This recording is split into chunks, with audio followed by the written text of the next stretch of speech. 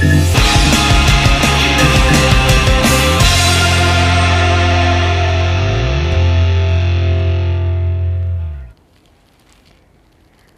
sahabat Miskom, senang sekali hari ini karena saya kedatangan tamu spesial.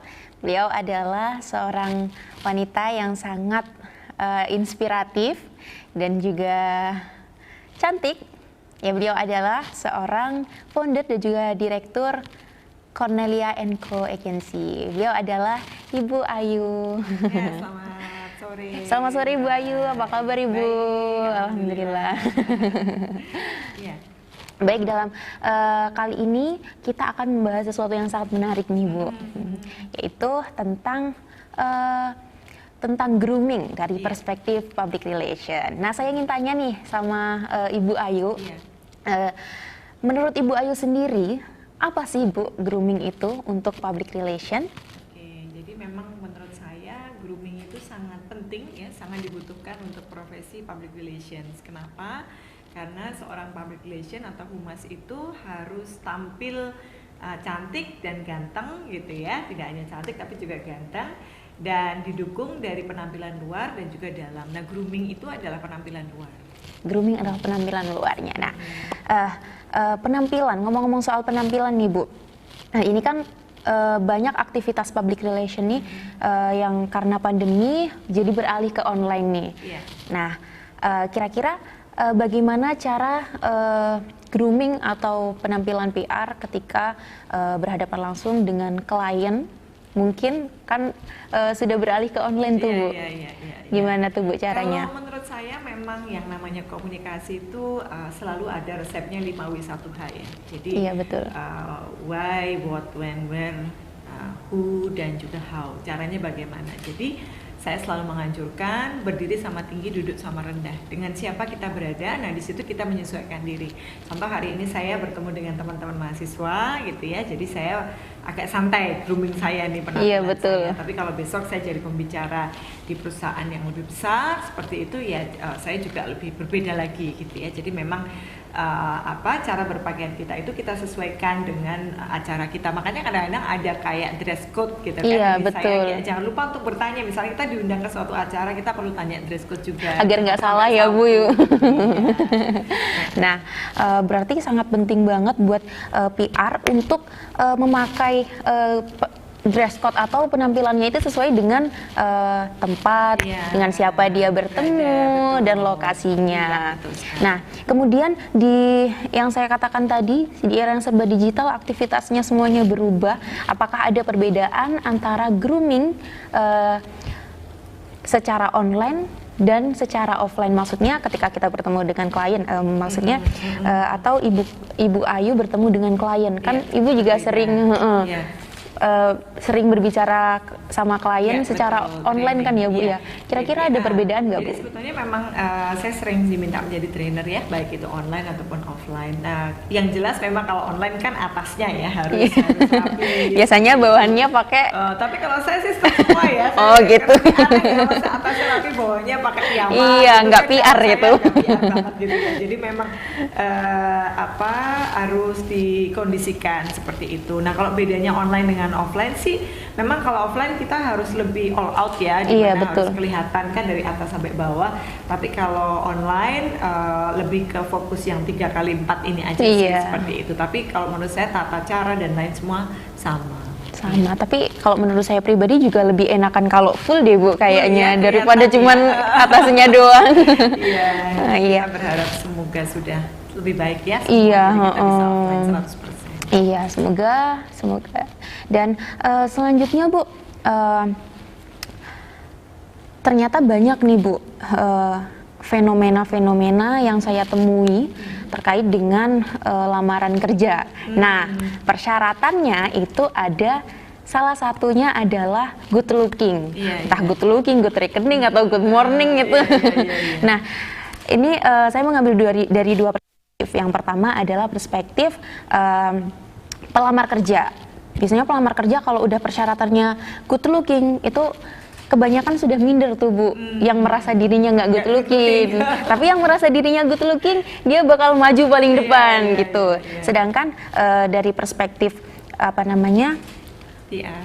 Pendiri dari perspektif industrinya sendiri, termasuk Ibu Ayu adalah seorang direktur, founder.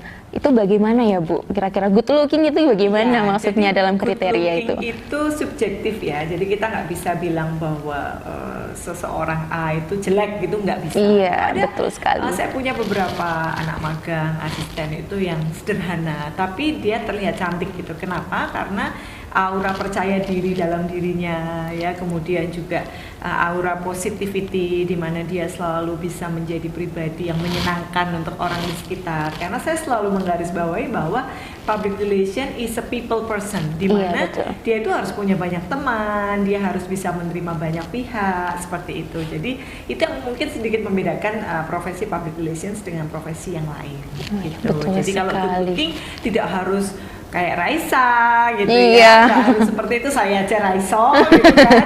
Tapi ya yang penting kita menampilkan aura cantik dari dalam, di mana setiap perempuan itu memang dilahirkan cantik, setiap perempuan itu punya kecerdasan masing-masing. Nah itu yang PR kita untuk mengoptimalkan. Ya. Nah ini nih perlu digarisbawahi sama teman-teman sahabat Miskom nih, bahwa good looking ketika kita melamar kerja itu bukan hanya cantik luarannya saja ya Bu ya, tapi harus menarik pembawaannya, harus percaya diri dan lain sebagainya. Luar dalam harus dapat semuanya ya Bu ya. Nah, kemudian berarti dengan itu apa Bu manfaat dan kepentingannya buat calon-calon praktisi PR nih? Dari grooming itu apa manfaat dan pentingnya gitu? Kalau manfaat jelas banyak ya, karena orang jadi respect dengan kita, bahwa kita menghormati setiap event yang kita ada, kita menghormati orang lain seperti itu. Dan ketika untuk yang bersangkutan, misalnya nih mahasiswa atau mahasiswi ya, Anda akan dikenang gitu oleh seseorang, orang ini kok punya karisma yang menarik ya. First impression gitu. Biasanya ya Bu ya. Saya selalu bilang namanya moment of truth gitu. Jadi kesan pertama itu akan terus diingat orang sampai kapanpun kita bertemu lagi dengan yang bersangkutan. Nah salah satunya grooming itu sangat menunjang. Iya, kalau kita ketemu lagi berarti udah ini orangnya kayak gini. Bisa dilihat dari penampilannya ya Bu ya. Nah kemudian ada nggak sih Bu tips atau trik nih buat kita calon-calon praktisi PR agar bisa grooming, mungkin bisa cantik seperti Ibu Ayu sekarang ini. Dan ya mungkin apakah ada tips dan triknya buat yang perempuan atau yang laki-laki Bu, gimana? Yang jelas memang harus rapi ya, harus bersih, kemudian disesuaikan dengan jati diri kalian ya, jati diri teman-teman itu seperti apa. Tidak harus sama, saya juga nggak bisa seperti Mbak Zaro ya. Mbak Zaro juga nggak bisa seperti Ayu. Iya betul. Gitu. Jadi semua orang memang punya self identity yang berbeda-beda dan itu tidak bisa dipaksakan gitu. Yang perlu kita lakukan adalah mengoptimalkan apa yang menjadi self identity kita, sehingga orang tahu Bu Ayu itu yang suka pakai baju etnik misalnya, suka kebaya gitu kan. Mbak Zaro tuh yang kayak gini gitu. Jadi ciri khasnya. Ciri khas masing-masing, dan itu tolong untuk dioptimalkan. Kemudian kalau perempuan memang harus sedikit make up ya, tipis-tipis gitu. Saya juga seperti sekarang saya tipis ya, tapi saya tetap memakai supaya terlihat tetap fresh ya, karena kalau enggak akan terlihat ngelentruk kalau orang Jawa bilang ya, iya betul, cuma di kamar gitu ya, nggak ada perbedaannya dengan kita keluar gitu. Jadi harus ada something different yang buat kita berbeda gitu. Dan yang membuat berbeda itu adalah karena keunikan ya, keunikan ciri khas masing-masing, tidak perlu sama. Oke, mungkin itu saja cukup Bu Ayu, pembahasannya sangat sedikit tapi insya Allah bermanfaat ya Bu ya. Dan saya ucapkan terima kasih sekali lagi buat Ibu Ayu, dan semoga apa yang disampaikan oleh Ibu Ayu bisa bermanfaat. Dari podcast ini bisa diambil kesimpulan bahwa untuk menjadi seorang PR dalam berpenampilan tidak harus cantik, asalkan rapi, sopan, menarik, dan percaya diri. Jadi buat seluruh teman-teman Miskom, jangan ragu, tetap tampil percaya diri karena kamu cantik yang perempuan, dan yang cowok dan kamu tampan gitu ya Bu ya. Terima kasih, sampai jumpa.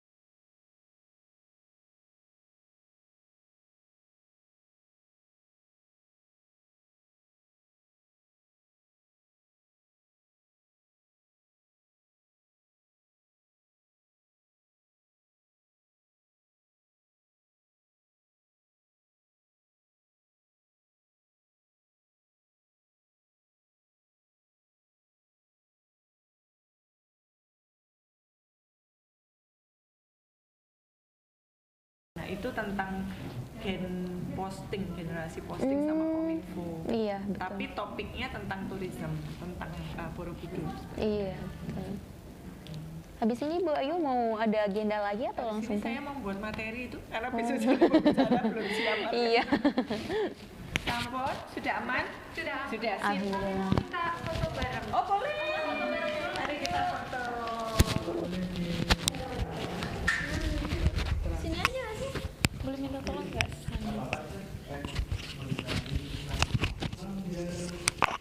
Udah.